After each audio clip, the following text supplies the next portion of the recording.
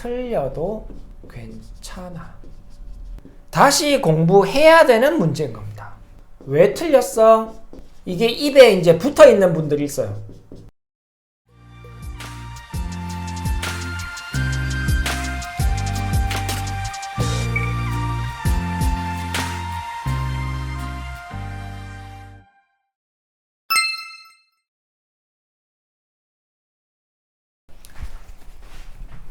안녕하세요, 아는 선생입니다. 오늘은 초등학교 저학년을 두신 학부모들께 도움되는 영상을 준비했습니다. 지난 시간에 제가 초등학교 저학년 수학을 본격적으로 시작하는 우리 학생들이 이제 가야 할 수학 공부의 방향은 심하다, 그런 말씀을 지난 영상에서 드렸는데, 오늘 말씀드리려고 하는 내용은 그것 말고 그거보다 조금 더 앞선 내용, 좀 더 미리 생각해야 되는, 우리 학부모님들께서 미리 생각해야 되는 그런 내용을 준비했습니다. 제가 틀려야 한다라고 오늘 제목을 달았는데, 사실 이 틀려야 한다 말고 제가 시즌 1에서 썼었던 제목은 틀려도 괜찮아 라는 제목이었어요. 이런 책도 있다고 알고 있습니다. 제가 이렇게 제목을 달고 나서 보니까 뭐 이런 제목을 가진 책이 있다는 걸 알았는데, 제 책 수학 공부의 정석, 여기에도 틀려도 괜찮아 라고 제목이 부제로 정해져 있는데, 사실 수학 공부를 잘 하게 되는 방법은 사실 간단합니다. 수학을 잘 못하다가 수학을 잘 하려고 하면 어떤 방향으로 가야 되는지, 그런 방향은 사실은 간단하거든요. 그렇게 복잡하지 않습니다. 그래서 이 책, 제가 쓴 이 책 내용 외에 특별한 스킬이 더 있다고 생각은 하지 않습니다. 그래서 혹시 수학을 이제 지금 초등학교 저학년인데 뭐 초등학교 고학년이라 상관없습니다. 수학 공부에 대해서 이제 우리 학부모님들이 잘 모르겠다, 어떻게 해야, 어떤 방향으로 이끌어야 할지 잘 모르겠다, 이렇게 생각하시면 이 책 한번 꼭 읽어보시기를 부탁드립니다. 안 사셔도 돼요. 지역에 가까운 도서관에 검색하셔가지고 인터넷으로 이 책 있는지 확인하시고, 있으면 대출 신청하시고, 대출하시면 되고, 없으면 요즘 구입 신청할 수 있잖아요, 도서관에. 그래서 도서관에 구입 신청하셔서 책 들어오면 한번 대출 받아서 읽어보시면 아마 여러분들이 충분히 기준을 이렇게 세우실 수 있을 거라고 생각합니다. 지난번 댓글에 보니까 어떤 분이 서너 번 읽고 나니까 진짜 기준이 생겼다, 이런 댓글 달아주신 분도 계시더라고요. 그래서 저도 뭐 책이나 영화 한 번 보면 잘 머릿속에 잘 남지 않는데, 그래서 두 번, 세 번 보게 되는데 마찬가지입니다. 이 책도 한 두세 번 읽으시면 아마 충분히 여러분들 마음속에 제가 어떤 말씀을 드리려고 했는지 이렇게 감을 충분히 잡으실 수 있고, 아마 본인만의 어떤 기준이 이렇게 딱 생길 거라고 생각합니다. 한번 읽어보십시오. 틀려야 한다. 왜 틀려야 하냐?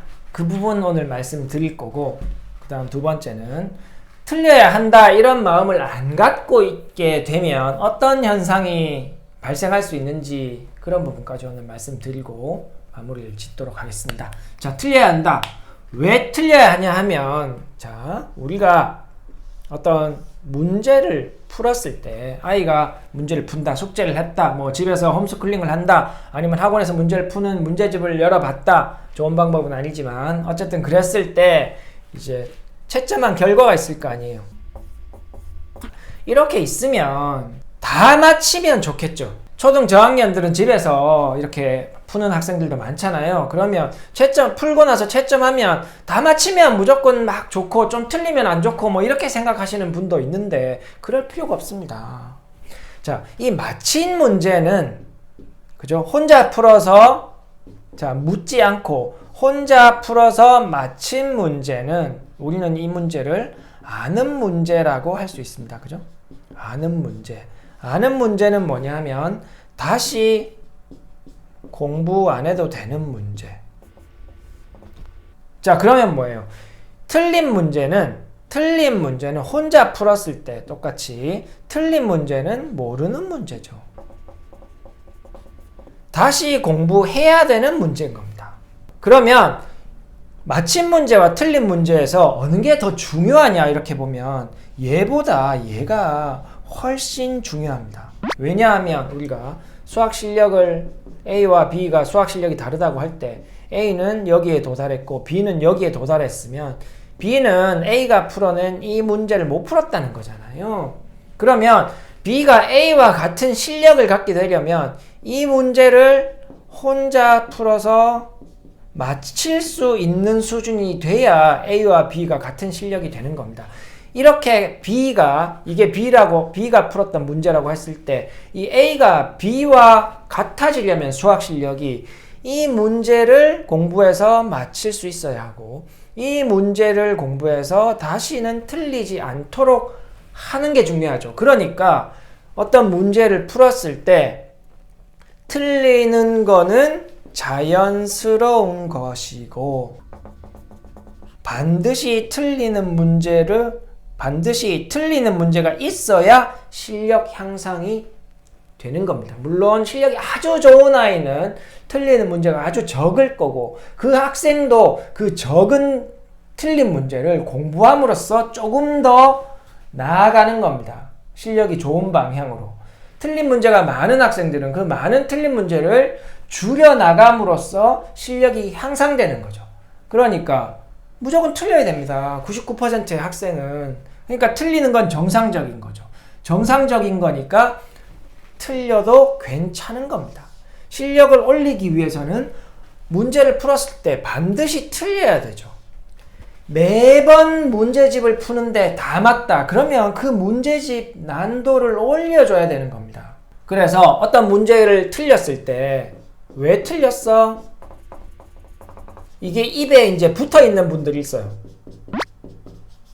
근데 이거 굉장히 안 좋은 질문이죠. 틀린 질문입니다. 이 영상 인트로에 보면 왜 틀렸어는 틀린 질문이다. 이런 인트로가 붙어 있죠. 음악하고 나오는 게. 왜 틀린 질문이냐 하면 왜 틀렸겠어요? 모르니까 틀렸지. 뭐 실수 이런 걸 제외하면 모르니까 틀린 겁니다. 그냥 왜 틀렸어? 지난번에 가르쳐 줬잖아. 이런 이야기를 할 필요가 없는 거예요. 왜? 풀어서 틀린 건 이미 과거 일이잖아요. 그러면 앞으로 이 틀린 게 발견됐을 때는 틀린 것을 어떻게 이 아이가 알도록 할 것인가에 집중해서, 그죠? 틀린 문제를 알게 되는 이 방향으로 가기만 하면 되는 겁니다. 이 틀리기 전 이야기는 할 필요가 없는 거예요. 그죠? 만약에 왜 틀린 것 자체를 가지고 자꾸 야단을 치게 되면, 그죠? 어떻게 되냐? 틀려야 되고, 틀려도 괜찮은데, 만약에 틀린 걸 가지고 야단, 잔소리. 조금 이전 이야기를 하면, 틀리기 전에 아이가 태도가 안 좋아. 너무 안 좋아. 막 엎드려서 풀고, 풀기 싫어하고, 이런 거는 야단을 좀 맞아도 됩니다. 그죠? 근데 그게 아니라 열심히 했는데 틀린 문제가 나온 걸 가지고 야단치거나 잔소리를 하면 안 된다는 거예요. 왜냐하면, 자, 야단을 치고 잔소리를 계속 하잖아요. 그죠? 계속 하잖아요. 그러면 틀려도 괜찮아라는 시그널을 초등학교 저학년 때부터 계속 아이한테 줘야 합니다. 계속 줘야 돼요. 틀려도 괜찮다라는 이런 시그널을 줘야 아이한테 틀린 문제를 다시 풀어서 맞히려는 정신이 손상을 안 받는 거예요. 근데 만약에 틀리면 안 돼. 왜 틀렸어? 이런 시그널이 자꾸 이런 부정적인 시그널이 아이한테 가게 되면, 그죠? 아이는 회피하게 됩니다. 회피는 뭔지 아세요? 안 틀리는 방향으로 가려고 한다는 거죠. 그래서 제가 상담을 하다 보면 초등 5학년, 초등 6학년, 뭐 중학교 1학년 올라가는 학생들 상담을 하다 보면 이런 말씀 하실 때가 있어요. 우리 애는 어려운 문제 안 풀려고 해요. 안 풀려는 성향을 가지고 있습니다. 이런 성향을 갖게 될 가능성이 커지죠. 왜? 어려운 문제를 풀고 틀리면 야단 맞으니까. 아예 안 풀면 틀리는 것 자체가 틀리는 방향이 아니잖아요. 틀려서 야단 맞을 일은 없어지는 겁니다. 그러니까 어려운 문제를 안 푸는 성향으로 가게 되는 겁니다. 그러면 어떻게 되겠어요? 실력이 안 오르겠죠. 실력이 안 오릅니다. 왜? 실력이 올라가는 원리는 틀린 문제를 없애나가는 걸로 실력을 올릴 수 있는데, 틀린 문제가 없는 방향으로만 공부를 했기 때문에 이 친구는 계속 정체되는 거예요. 그죠? 그래서 여러분들이 초등학교 지금 저학년 학부모시라면 이제 수학 공부를 해야 된다면 지난번에 말씀드렸던 심화의 방향으로 이끌어야 되는데, 그 이끄는 상황에서 우리 학부모들이 가져야 할 태도, 첫 번째 태도는 틀려도 괜찮다라는 시그널을 아이한테 계속 줘야 한다는 겁니다. 그래야 도전 정신에 훼손이 되지 않아요. 우리 엄마는 틀려도 괜찮다고 하니까. 진짜로 괜찮은 거니까. 틀려도 안 괜찮은데 괜찮다고 하는 게 아니라 똑바로 이해를 하시면 틀려도 정말 괜찮은 거예요. 너무 많이 틀리면, 한 장을 풀었는데, 한 챕터를 풀었는데 너무 많이 틀리면 그 문제집의 난도가 아이의 능력 바뀌니까 문제집을 낮춰주면 되고, 난도를 너무 많이 맞히거나 매번 다 맞히면 문제집을 좀 어려운 걸 풀어도 되겠구나, 이렇게 생각하시면 되는 거죠. 그래서 마무리하면 틀려도 괜찮습니다. 그리고 틀린 걸 가지고 뭐라고 하지 마세요. 수학을 잘하는 아이로 우리 아이를 키우고 싶다면 첫 번째, 수학을 시작하기 전에 우리 학부모들께서 마음속으로 가지고 있어야 됩니다. 틀려도 괜찮다. 이 마음을 진짜 가지고 있어야 아이가 틀렸을 때 진심으로 틀려도 괜찮아, 이런 말을 해줄 수 있다는 겁니다. 다음 시간에 또 다른 내용으로 찾아오도록 하겠습니다. 감사합니다. 안녕. 수학 파이팅!